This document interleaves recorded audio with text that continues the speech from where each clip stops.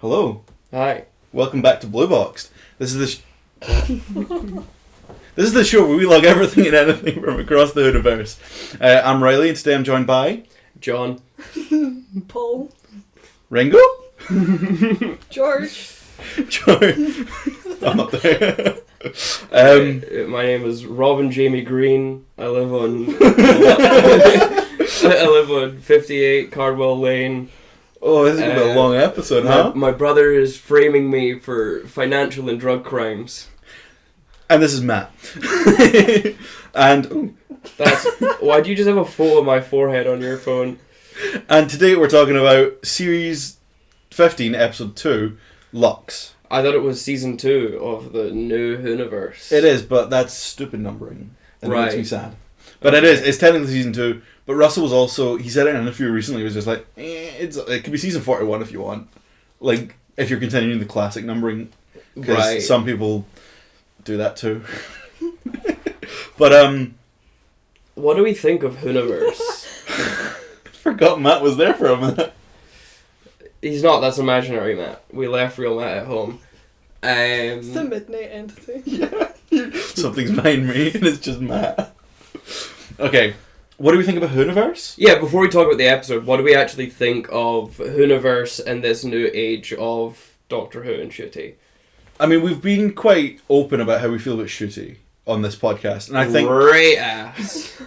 Shooty Gyatwa. They named him right, man. Do you think the name made the ass, or do you think the ass made the name? Like, did they like have him and be the like, ass made the name? They had the child and went, this child's gonna grow up to have hella ass. We have to call him Shooty Gyatwa.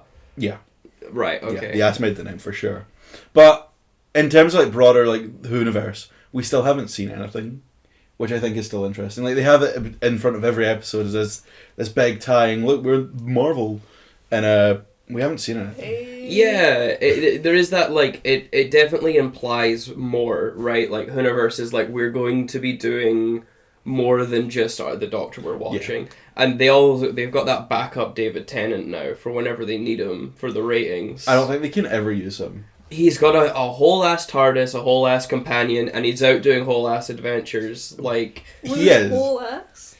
Well, Shooty's got both of their asses. Because, so he's an assless David Tennant. But, I mean, like, that must be, right? That must be part of the Hooniverse and the universe of Doctors. I mean, I initially thought, well, we've got a spin-off next year. And I thought that it was going to be more like that, where you'd have a spin-off in between the times when Doctor isn't on. But we still haven't got that.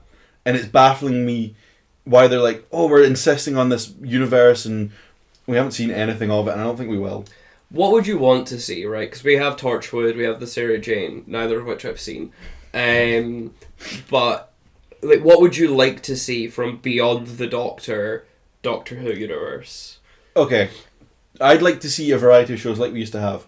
So, I think Unit. Now, we all yesterday watched Lucky Day together, and I want to see more like that. More like Unit, where you get to delve into that. Like, that episode in itself was a season of a show. Yeah, or it could have been. Yeah, but it wasn't, and I think a season of a show, that we might be getting that with the spin-off that comes out next year. That may be the thing that we get, because it will be Unit-centred. So I'm okay with that. Maybe, it's a backdoor pilot. Cool. I would like to see something spacey. Unit is already written like that, right? It's written in a way that we're supposed to care for these characters and feel super familiar with them. Yeah. And we kind of don't, other than the daughter, right? Because we know her more, and her father is a big character. You mean Kate? Yeah. Yeah. But the rest of Unit, they're just some white guys and some white girls. Like, yeah. I don't feel super attached to them in any way, other than the fact that the robot's cute. The Vlinks? You like the Vlinks? I mean, like, I think it's silly that they made an android that couldn't move and can't walk, and I kind of fuck with it. Like, nobody likes the Vlinks. My favourite tweet ever recently was just like, fuck this guy, get to fuck. And it's just a picture of the Vlinks. He's just a dude. He's my favourite toaster. Like, I think it is ridiculous that the character that can't move is an android, but it's like, God, if I'm gonna get annoyed at that, there's so much more in Doctor Who. Like, I think my biggest thing, I want to talk a little bit more about Shooty in general, is that he hasn't got his his seasonal thing yet. Like, he has the gods. Yeah. And that's what they're building up to. But he doesn't have a vibe. Like, it's so pale compared to Smith's crack. Smith's great big crack. What are you on? No.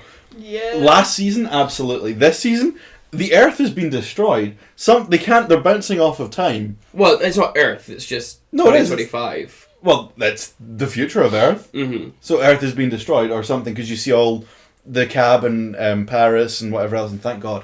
But well, yeah, you get that more confirmed in the next episode 3, where nobody remembers Earth. Yeah, because that's his arc. The arc is they can't get to May 24th to 25th of May 2025. That's their arc this season. You know, it's get Belinda home, and they can't do that because Earth is gone. Mm. That's the arc, and I think that's a very strong arc. I think that's a lot stronger than the Mrs. Flood thing that they're doing, which is she just showing up. Oh yeah, Mrs. Flood is annoying. Yeah. Also, just because she's not that great of an actress, and she doesn't sell it super well. Like, especially the ending of the episode that we're going to talk about. Yeah. The way she just goes, trick of the light. I hate it in so many ways. I don't know. I'm hopeful, and I hope it isn't the Daleks. Can you open that? Oh, okay. Like, I hope it isn't the Daleks. Yes. Or the Cybermen. I don't think it will be. Like, I think I love them when they're small in scope. Like, we've talked about the Dalek episode way back with Chris Eccleston, Eccleston. Like, I like when these villains are tiny. Crickerkin. No, I like it when these things are small. I don't like Dalek civilizations. I like them being like old rusty relics that are still terrifying. Yeah, I agree. I don't think it'll be like that, but I'm intrigued. Well, it'll be a god, right? Yeah. That's his art. I think that's the other thing that I fear, is that they'll tie the gods into it, and they'll be like, oh, the Daleks are actually a manifestation of the god of wrath. Nah, I don't see that. I like, don't get me wrong, Russell makes horrendous decisions, but I just see this going in more of a way like they did with Sutek, where it was just, oh, here's a god. Okay, we're dealt with him now. Yeah. And that gets me onto Lux, actually. There you go. Yeah, let's actually talk about the episode we're supposed to talk about. Because this isn't the first time we're seeing a god. This is the third or fourth time now. Because we see in last season's episode 2. Last season's episode 2, we see Jinx Monsoon as Maestro, which is your second episode of a brand new season of a reboot of a show, and you're facing a god. Then you've got the finale of season 1, which is Sutek, the god of death. Now you're getting Lux, but before that you also got the Toymaker, which is whack to me, because you're going through this pantheon and you're defeating them not in finales. You've obviously Sutek was the finale, but like Maestro and Lux, but they're not really finales either, because I think we talked about this briefly. They're written as a single season 1, season 2, or written as like a roll through. Yeah, it's like it doesn't actually really matter where one passes on to the other. Feasibly could have been released as one big season. Obviously, that's not how Doctor Who's framework works. But that was certainly how it was produced. Yeah, well, it was all made at once. But I sort of disagree with that in the sense that, like, don't get me wrong, I don't like season 1 as an arc, and I wish that this season 2 was in place of season 1. See, last year, if it started with the Robot Revolution, and we're at now where we are, I think it would have been everybody would be a lot happier with the show. Direction. I forget. See, because Toymaker is an old Who villain. Yeah. Is he canonically a god from that point on, or is he like retroactively made a god in the New Age stuff? He's like a celestial being, right? Like, so he has powers out with this universe, and that's kind of like he's godlike, and it's never confirmed if he's an actual god until now. I think that was my first immediate gripe with this god arc, is that the Doctor is not skeptical or apprehensive in any way. Yeah. The companion is allowed to be like, no, is this the god of something? Yeah. Right? Like, witnessing the Toymaker or Maestro. I think Maestro's better, where it's like they hear about it from other entities, they draw their own conclusions, they're like, this is a god of sound and music and joy. And the Doctor, being the Doctor, be like, well, you could call it a god, you could call it this. Yes. Because that's more the Doctor's thing. Like, yes, people would colloquially know something that powerful as a god, but the Doctor wouldn't see it as such. Especially since now that he's defeated 4 of them... He might as well be a god. He might as well be a god himself. But he doesn't see himself in that way, and when people ask him what he is, he always has that, well, it's a matter of perspective, kind of, because that's part of his character. Yeah. And I think, and that's what made, again, stuff like the Good Dalek unique, is because he has that opinion with so many monsters and creatures. Mm-hmm. And many times he will meet a monster and sympathise with it in some way, except the Daleks. Yeah. And now we have stuff like the gods, and he doesn't sympathise with them or try and understand them. They're not this wildly interesting thing to him, because it's new, and he loves new and interesting things. Mm-hmm. Hell, even the episode again after that, the one that you and Matt just talked about. Like, he doesn't necessarily try and sympathise with it, but he has a conversation with it. He's a lot more interested. Yeah, absolutely. And he doesn't do that with any of the gods. The gods are just...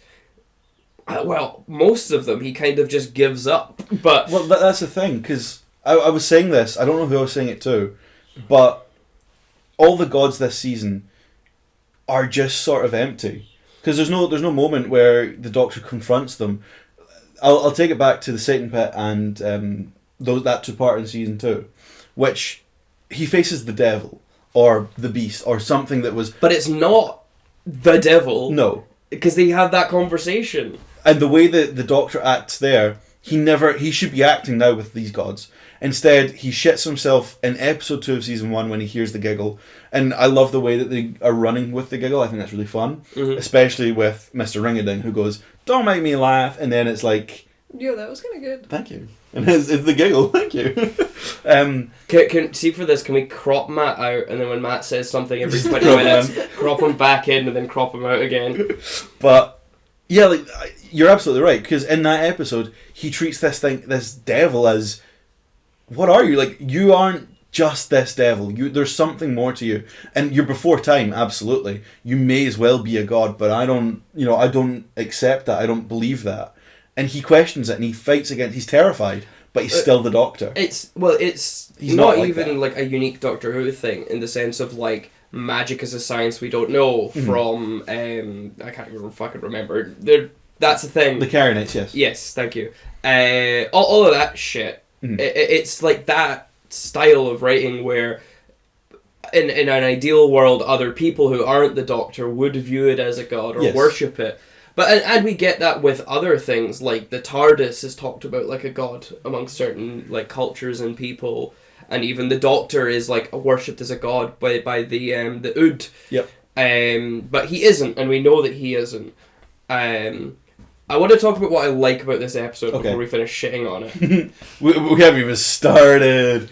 Well, I'll do it. So Miami, 1952, a chained up cinema.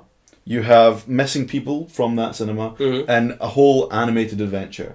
This feels like Doctor Who. And for, like, see that cold open? I'm like, man, this shit is back. You've got 4 minutes where I sat down, that episode started, and I'm like, this is fucking cinema, look at this. It just felt like very classic Doctor Who, where, it starts, you see the moonlight, and it reflects off the spoon and the pen, and it all goes straight into the cinema, and he comes to life, and I'm like, fucking animated character coming out from the screen. That's great. I think that's a really good cold open. And then after that, I think it sort of changes. So I don't care so much if Doctor Who's episodes didn't have a time frame for costume scenes. But Ncuti has so many costume changes, and it's made worse by his TARDIS. Well, we just talked about this, because it's not the first time they've done that scene either. I have zero issue with a costume change, conceptually. I do when you tally up the minutes of this season and the season prior, that you got like 20 minutes of it, right? Because that's 20 minutes of something else that I could have been enjoying. Yeah. Again, I'm kind of nitpicking, because I think Doctor Who has always had, even their great episodes have like 10 minutes of dead air in them. Wrong. Or maybe I'm exaggerating, but like even the great episodes of Doctor Who, there have been moments when I'm watching it and I'm like, cut to the next scene. I'm not enjoying this. Sometimes it's just small stuff, like two B characters having patter, but I hate it sometimes. Sometimes it's really bad. Yeah. Not enough sets in this. Yeah, what do you mean? There's not enough. Yeah. There's not enough actual sets in this episode. There's the diner, and then there's the theater room. Yeah. And it felt. I think part of the reason it felt so flat is because they're in two different rooms for the whole episode, other than when they get into the 3D animation. Mm-hmm. I mean, okay, I will sit with that, and I'll come back to it, I think. Sorry. So I absolutely just like. I just read one of the notes. Do you like that one? Okay, so I think it's really interesting that every time we've been seeing the gods, there's a spoon involved. In Devil's Court, Maestro, you see the reflection. This one you have the spoon from the guy. And in Sutek, he has the spoon. Yeah, he uses the spoon at the end of time or whatever. Yeah. And What? Sutek, remember in that last... I don't blame you for forgetting it. But he gets the spoon from the lady and then she dies. Like everything is dust. And she's like, my baby's dead. And he doesn't even fucking check. He just takes her spoon. Yeah. Anyway, there's spoons involved every time. And I think my big theory here is maybe the final god is just a heroin addict from Glasgow. And that's my... Fuck you like that, mate. Or eat me, I'm the god of fucking smack. I'm taking off my feeling. But I do think that is an interesting bit. I think that's fun. I don't know what that is culminating in. Oh, but there are spoons. I reckon it will be something like the Fez and the Mop with Smith, where we get to see the Doctor. We see the Doctor with the Fez and the Mop, and then I think it's 3 or 4 episodes later we get to understand why. What? Yeah. I think it'll be something like that, where we keep seeing this spoon, and then the Doctor will toss a spoon into the time vortex, and it's the same spoon that something like that. The spoon of God releasing. They go back to Smith's era, and when Clara is getting zooted all across the timeline, and they turn her into a spoon. And the spoon is Clara Oswald. And they zoot that spoon across the timeline to save the Doctor in all of his various situations. Sorry, I was going to say something maybe not okay. Yeah, okay. I love the cold open, and this is something I complained about way back with Martha's first episode. Smith and Jones? No, the one after. Shakespeare Code? Shakespeare. Where I felt like they didn't tackle that whole black companion in the past super well, and I think they did this really well. They're there's this chill white dude who's 16 or something, who clearly doesn't give a fuck about segregation, and a distraught mother willing to push it aside. And Shooty has this absolutely phenomenal pained smile where he says, I've toppled worlds, and sometimes I wait for worlds to topple themselves. In the meantime, I live in it and I shine. Yeah. And he gives this pained smile, and I know that that's from the actor, right? That's obviously... The Doctor is not always black. So the Doctor has lived as a white man, fine in these times. The Doctor's lived in a woman and suffered women's problems. Yep. And now the Doctor is because he knows himself, if I regenerated white, this wouldn't be a problem. Yeah. You know? But he's I just have this frustrating moment in human history that disagree with the person I have happened to regenerate into. And then talking to the companion about that. I think all of that is done really well in this episode. You do not need the whole episode to be we're in the past and it's racism. Yeah. But I would have loved that for Martha. I think it was done perfectly, right? It's completely believable. It's a tiny town. They're all distraught. Yes. And then later on, when he's in one of the fake realities, stuff that red herring, absolutely, with the white cop and all of that. I think the racism in this episode is done really, really well. Yeah, no notes. I absolutely agree, because I was going to say that the red herring, because they establish it so well there, when that scene happens and you go, oh shit, it was enough to acknowledge it, but what if there's still this scene with the cop, and obviously it makes sense, and then again it's the red herring. Yeah, because it's because they believe it. Yeah. It makes sense for us because we believe it, but also the Doctor believes it as well. Because that's exactly what you would have expected from a white, racist cop bastard at that time. Exactly. Pegs. Fuck. I will say, this is the best I think that racism and like that issue's ever been covered with in his era. Because you have the entire Dot and Bubble, which, don't get me wrong, I like it. I think it's a good message. But like, what the fuck are you on about? And then you go to Regency fucking England the next episode? Are you insane? You can't scoot over these things, make it a big issue in one episode, and then not even acknowledge it in the next. And I know that's the way Bridgerton works. It's that ideal world, and it's fine, whatever. I don't actually mind. But like, just when I'm sitting down and I'm watching, I'm like, so you have to sit there and go like, you can't do that. I don't like it in Dot and Bubble as much. I think if for Dot and Bubble to do it well, I think this is going to sound bad, but I think unironically she should make it way more obvious and even say like some sci-fi slur at them from the beginning and have them both work. Well, it's just Shooty at that point, but have Shooty have to work against what their preconceived notions of black people are, still trying to save her, rather than her letting them save her and then flipping at the end. I mean, that is very, racist white women shit too. Oh, absolutely. Like, yeah. But when she didn't realise that she was in danger, she swiped him because he was annoying. And I know that, on a rewatch, it's implied. But no, go for it. I want because the Doctor realises at the end that they're racist and can't save them. Yeah. I think the episode's better if the Doctor throughout the whole episode is fighting the racism, trying to save her. Yeah, doing anything against their will to save them. Yeah. Yeah. I think the only reason that they didn't do that is, one, it is tougher, right? And it is tougher to act that well. But also, it robs that moment at the end when she just kills the hot guy. Yeah. It wasn't hot, but he's supposed to be hot. They just Well, the message is all about, echo chambers. That's really what it boils down to. It's how, that society is an echo chamber. And I think that's it's a different take, and it's not just, technology bad.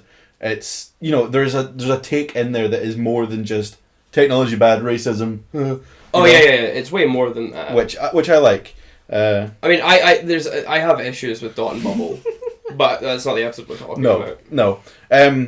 But yeah, we've talked vaguely about the episode. What do you like? What do you like about Lux? Just give us... Oh, the creature. I'm going to start with Matt, because Matt's been sat in this corner, sucking the thumb. Have you been sucking your thumb? Okay, what do you like about Lux? Not much. Not much? Yeah. Well, what do you like? Not much. I like the credits. When it ended? No, I like the concept, and I like the sort of cartoony stuff. Mm-hmm. Although there's a lot I actually didn't like about the cartoony stuff, but they just could have done more.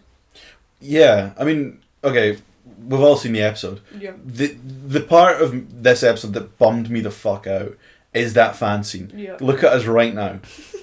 This outer body moment where we're sitting, looking at each other, talking about Doctor Who. We're not diverse enough to be that fan group. You are so correct. But also, I sat there and I'm like, man. Someone get a yarmulke right now. But I don't know. I'll get on more on that in a minute. But it's just, that fan scene. You're going to get on the yarmulke in a minute? Shalom.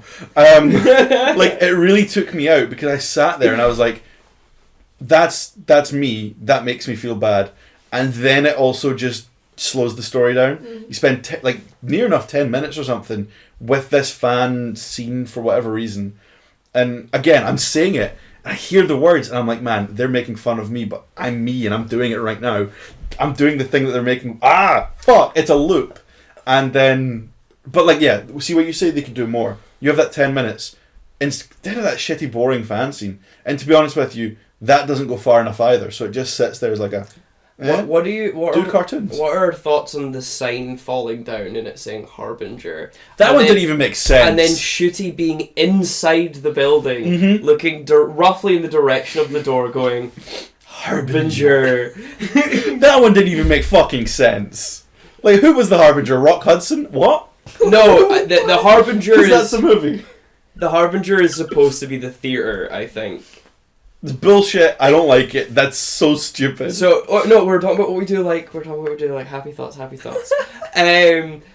I really like the way that he looked. I like the way that the cartoon looked. Yes. I think it's so obvious that I don't think they had anything when they were doing those scenes. They might have had like a stick. Yeah.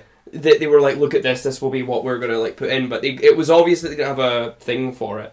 And that is to the episode's detriment because you can, like they do. Shooty does the absolute best job he can. But anytime he talks to it, it's just a shot of like Shooty shoulder up, kind of looking vaguely in the direction of where this thing is, and that just happens because it's animated. But it is noticeable, and that kind of detracted from it. But I loved it when it started getting real. Yes. When it sucked up enough Time Lord, and he was this freaky fucking 3D thing. Fugly, No, it was great. It looked great. I mean, I loved how it looked. Like all of it as well is hand drawn. Like it is actually. They sat there, they hand drawn animated it, they properly did it, and I think it looks really, really good for what for that. Like it's so. I don't know. I think that's impressive, and I think it looks really, really good. I mean, again, I just wanted more time with it. This would have been a good episode if you had that cold open. You then quicker get the Doctor through the diner, and I think he should because they go to the diner first before they look outside the they look at the front door. They vindicate, and then the Doctor convinces her to stay. Yeah. And they go to the diner. So I think shave off a couple of seconds of that, get him in the theater and sucked up into the animation quicker, and then you do an old animated Doctor Who episode. You go back to the classic. You reference those animated lost audio adventures, and you actually not have him go, oh, my planet's dead, and then I'm gaining depth. See, okay, I sorry, derailing your entire conversation, but about that they do. Oh, I'm gaining depth because I'm being honest and emotional, and he goes, I'm the last of the Time Lords. I'm like, dog. Okay, first of all, you're only doing that for finale bait. One, that's a lie. Yes. You're not being honest and emotional. That's a lie. There is another Time Lord. Her name is Flood. And she's... We don't know what we don't know. Yeah, but she is out there, the other Time Lord. You've at least got the Master. Why did you look at me like that, motherfucker? Well, you've got the Master, and beyond that, you've also got... he's done it so often, right? That part of him, that's not depth. I thought they were going to do a bit where he just he says that I'm last of Time Lords, and he stays flat, and he's like, huh. I guess I got to do something else. I thought that would have been a bit, right? I thought that's what was happening, but then he gained depth. I'm like, okay, cool, this sucks. But we're I think we're over it as an audience because it's listen, the people watching this now, they're not like I know that it's the Whoniverse and it's New Who and it's New Era, and I am sure that there are people that are psychopaths and starting on Shooty, right? I'm sure there are people who are getting into it on this era. Yeah. I'm sure they exist. But the people who watch Capaldi and Smith and all of that, they come from Tennant, they come from Eccleston, some even come from Old Who. Every Doctor does not need to have my planet's dead. Yeah. I mean, it's finale baiting, really, because it means he's the last of the Time Lords. So it's either you're bringing a Time Lord back for the finale, and I think that's really it, or it's just regeneration baiting for when he goes. I also want to get more of the, I think this is more Tennant era. Mm-hmm. I want more, gruesome, long regeneration, sequences. When David Tennant gets shot by the Dalek, and he's holding in that regeneration. Yeah. Why did we get none of that with Shooty? Half of his Time Lord just got sucked out of him. Yeah, which I did not like. I did not like that. He had that bi-generation thing where he's like, I've got enough stored away energy to do that, and then he also just gets regenerated. I don't understand what was happening. Did he get that back? Did that just go? Yeah, it's half of his Time Lord just in the stars now.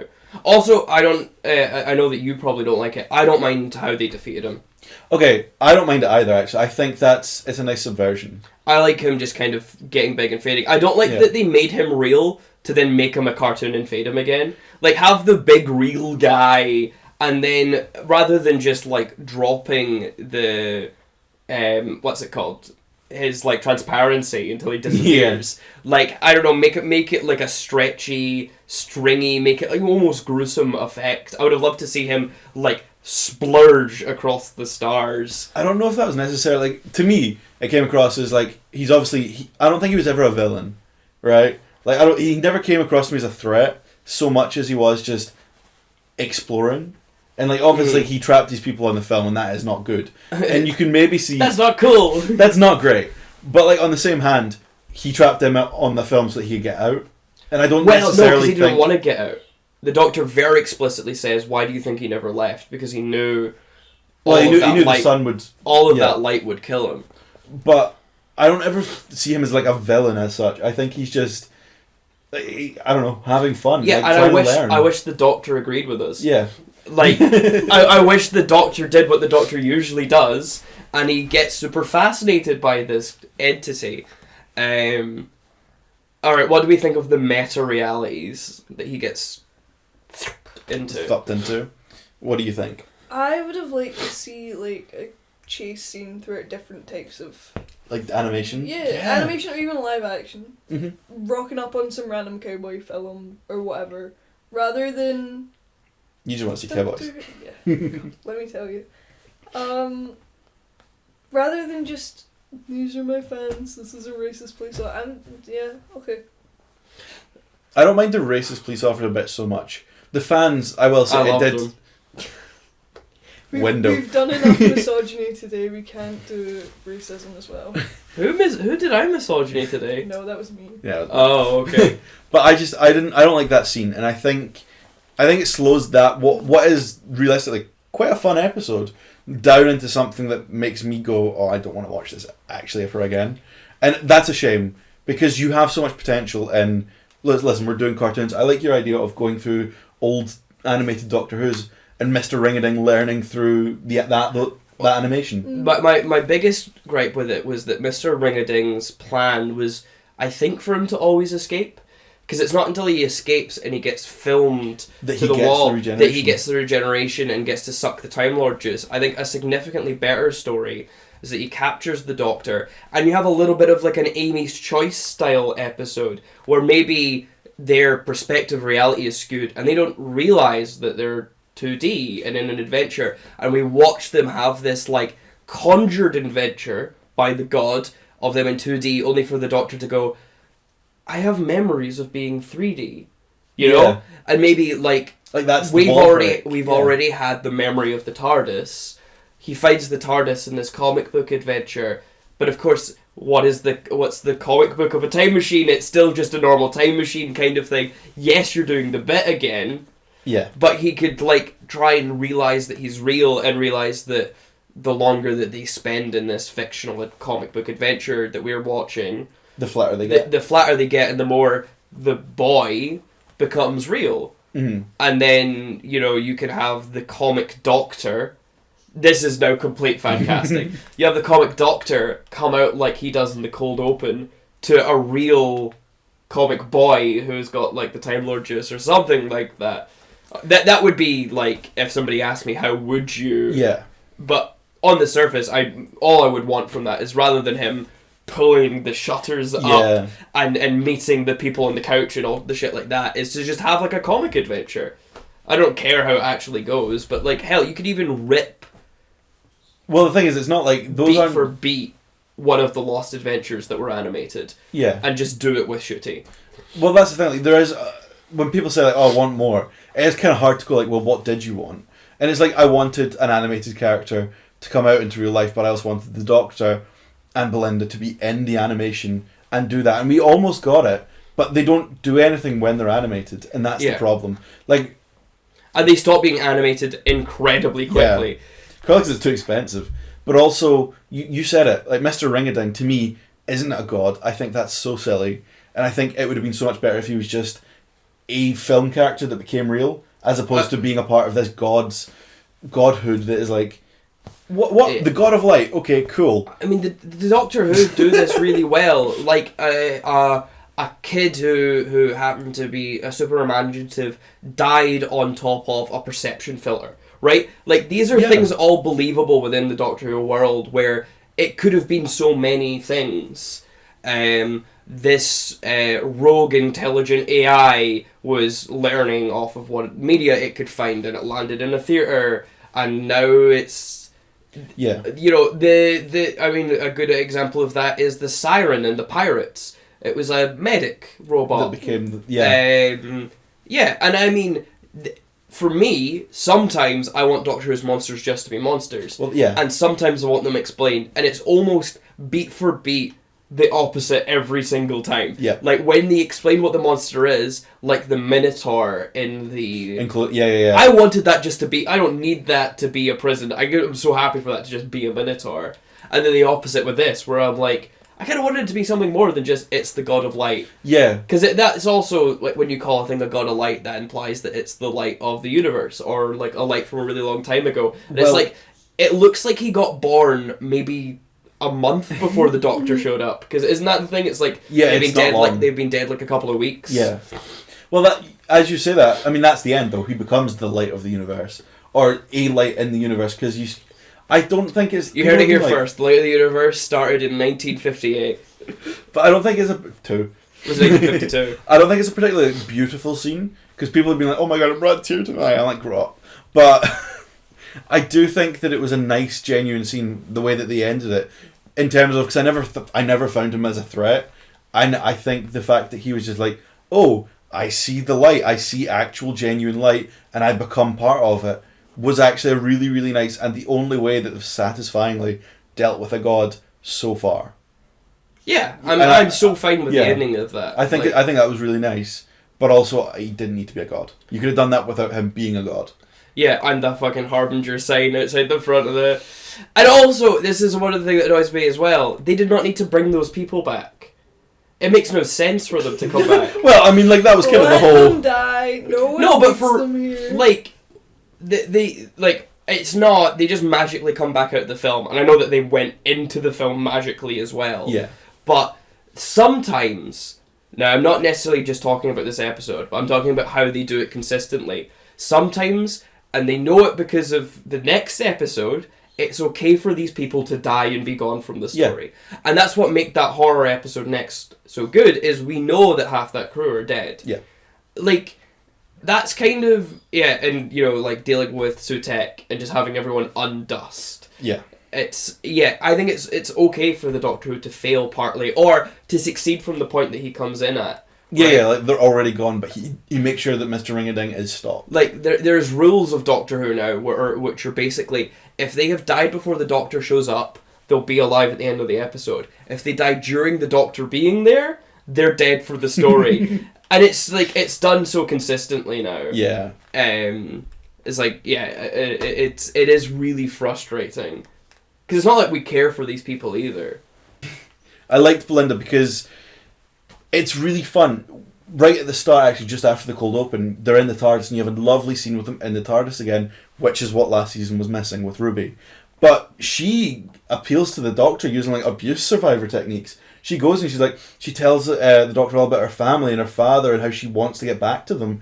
And she sits there like, please take me back. I miss these people. I want to go home. Please, like, that's a survivor technique. That is like fucking textbook. And he doesn't comment on it, and they don't really comment on it. But I fucking love that. I love that she is basically hostage to the Doctor. Mm-hmm. And she comments it slightly, and it fades. By episode 3, she's fine. Like, the end of this episode, she's like, oh, I trust you now. And I'm like, why? Why would you do that? Yeah.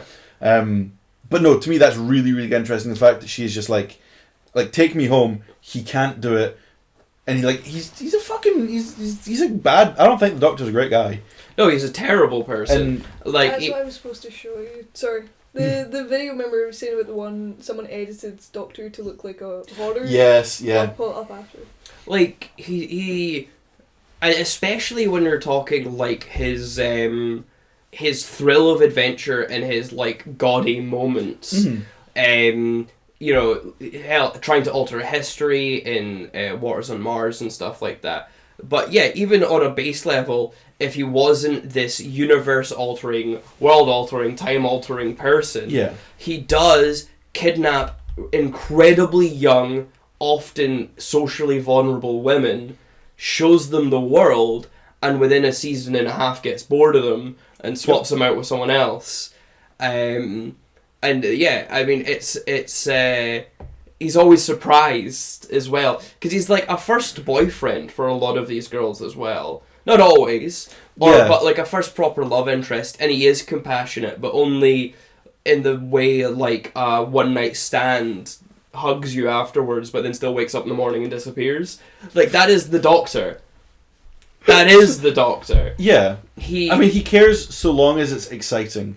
And the set, like, you saw it in this one. He's like, okay, well, the Vindicator's gone off and Belinda's pleading with him to go home. And then he's like, oh, but that's cinema. And then she plays along with it because it's Doctor and you can't spend a season... Well, you should actively spend a season with your companion conflicting against the Doctor, feeling, like a hostage, because she is. And I think it's a really interesting story to follow. But you can't do that because it's Doctor Who and they won't let you do it. But, like, it just... I don't know. There's something really fucked up about the way that... that's structured. The episode a couple before this, Time Hotel. Yep, Majority of the World. Like, it encapsulates that entire relationship with his companions over a year in one episode. Mm. And he's just done that to many other people. Yeah. But I think a big part of it is that he doesn't care about the companions originally. Like, no one does, right? In the sense of, like, he's just met them, they've come on the first adventure, but he is showing them the world. Yeah. And then he does develop a deeper connection with them and tosses them away. Like, and he acts like he's the victim. Yeah, which is the other thing. Yeah, because he's all... Oh, wait, yeah, I actually am a time traveller and have all of these massive villains, and I have all of these things that I do that are super dangerous, and actually, I shouldn't have showed you that, because now I kind of care about you a little bit. I'm going to take you back home. Yeah. And, like, for Rose didn't want to go. But, of course, like, Martha wanted to move on, because Martha realised it was unhealthy. Yeah. Donna, I don't think Donna wanted to be there any minute of it at all. No, Donna absolutely... She sought out the Doctor. True. Yeah, actually, Donna's choice as well.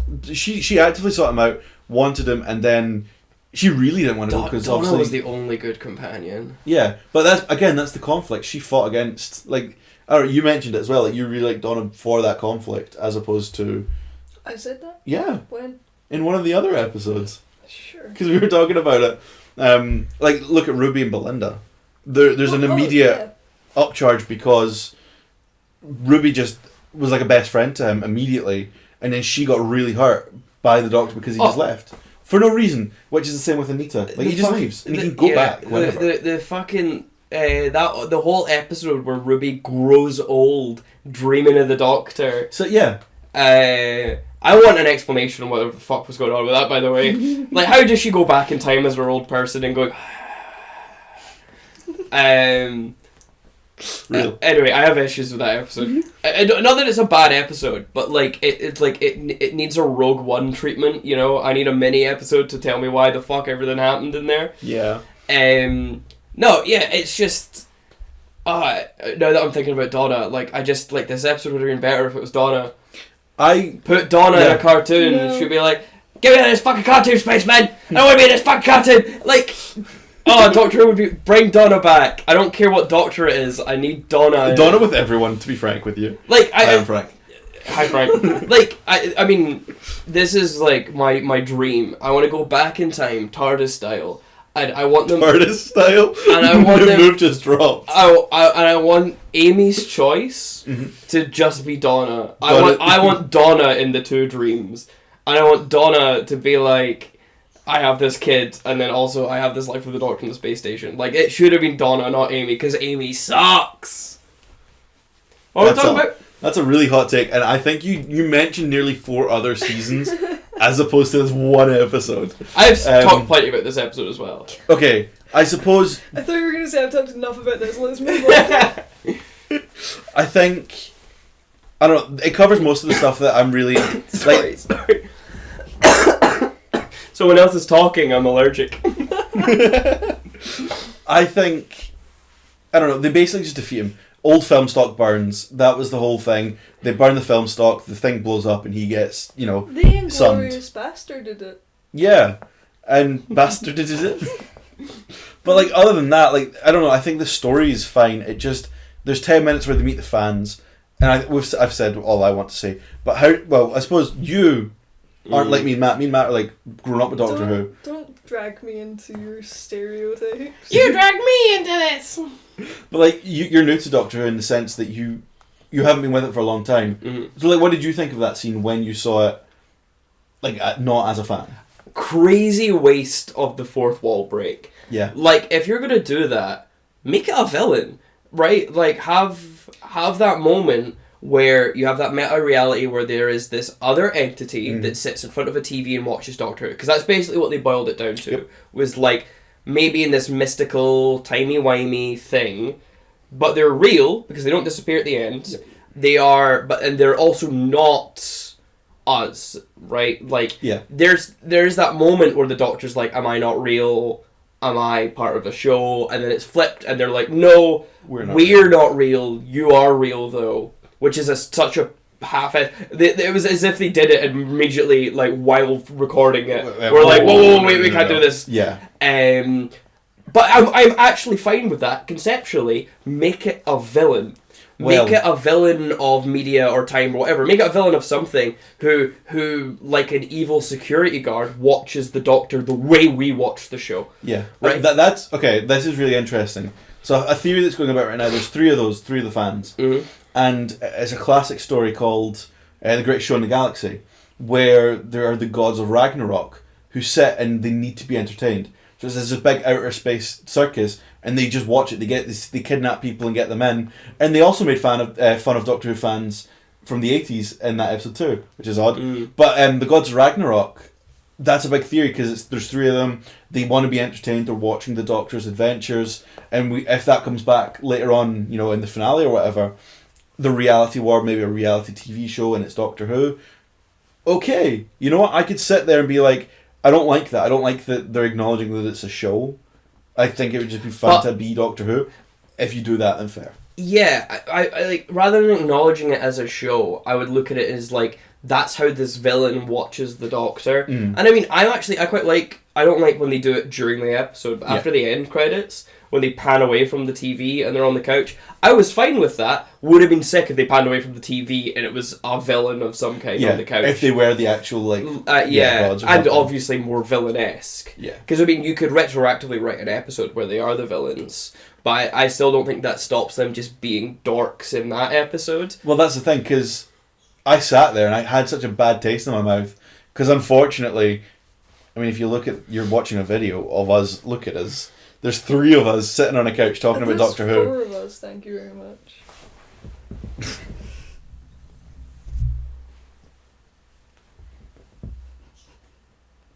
But like, it just felt I have bad. The talking shark. I have the talking shark.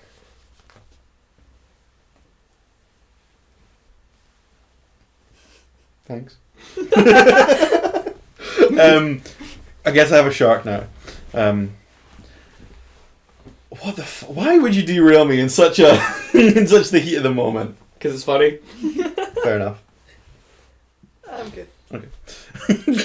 Okay, let's talk. Let's finish this up then. Let's wrap this up because I don't have much else to say. Does anybody have any overall or just random thoughts that we didn't get talking into?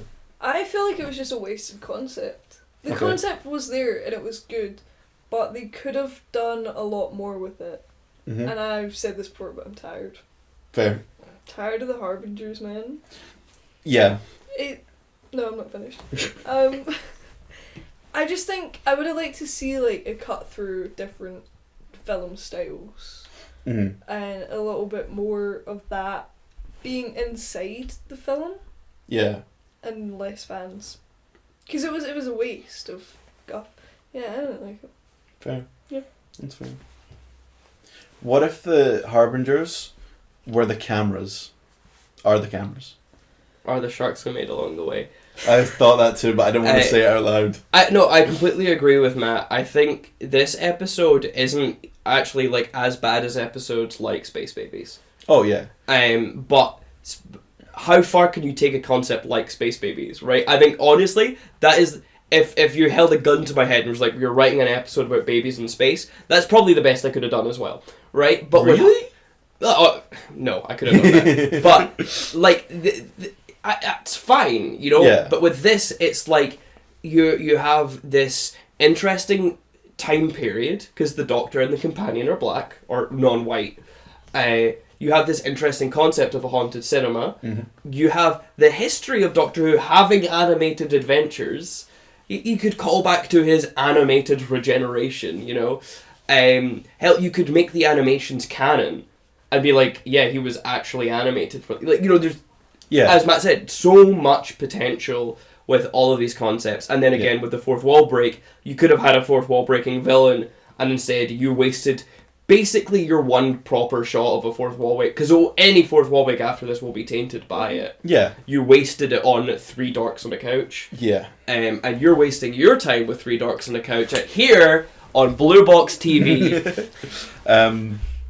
But yeah, okay, so I suppose, I mean, I agree with you, and I think I've said most of what I care to say. It did leave a bad taste in my mouth, and then, like, that soured it, because we're so late doing this episode, because I just went, I don't care. Genuinely, it's not a bad episode, and rewatching it, I wasn't nearly as upset as it did upset me, actually, which is very, like, it is pathetic, right? Like, that's pathetic to be upset by that.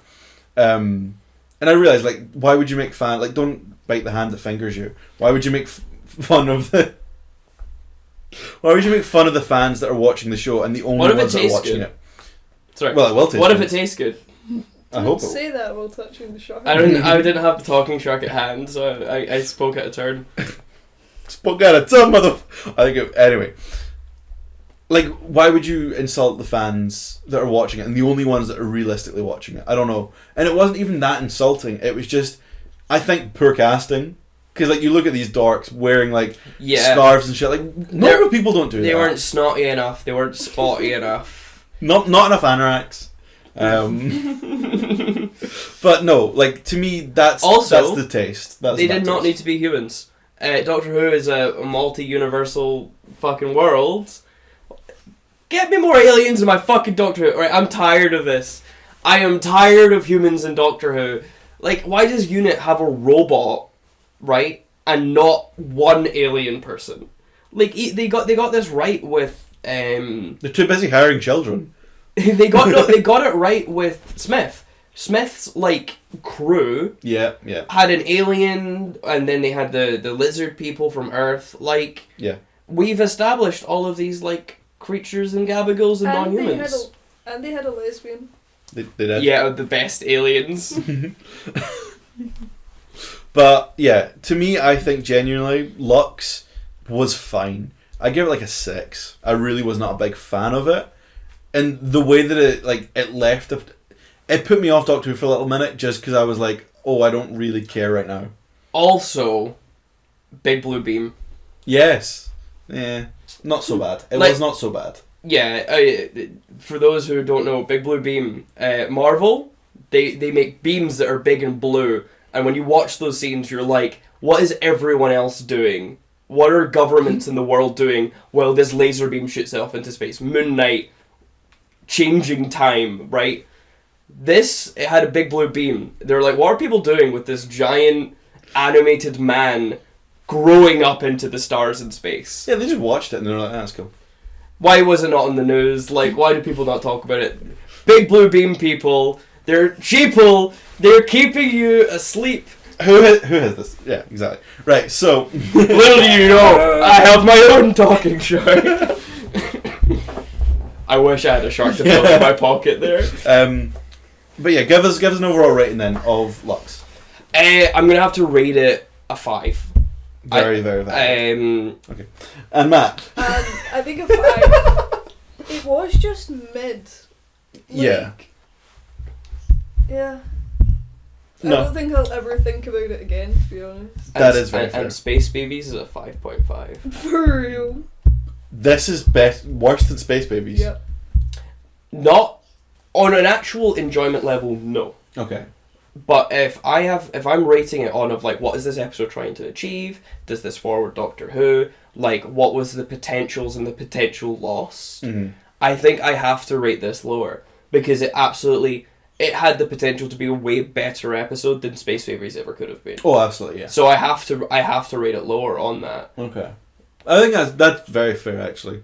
Like, yeah, I think the overall closing theme of this episode just feels like it's mid. You know what I mean? Like, the great idea, and it is a great idea, and it's a good execution of the, like, certain bits, like the animation, the style, the shots as well. It looks very, very good shots. Like, I don't know, I've been noticing the way that this show looks is 10 times better than it did last year.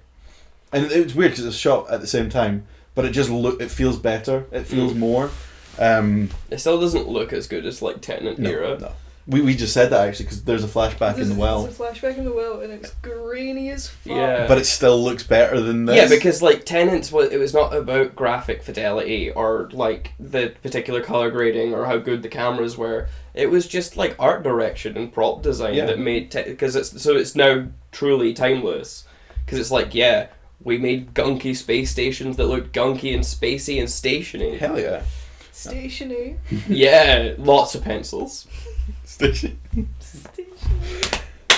Anyway, I think that was Lux. Thank you so much for listening/watching, and I hope that you come back next week for The Well, although who knows when that'll actually be out. I'm Rylie.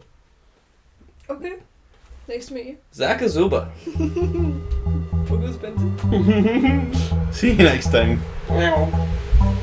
Yoshi!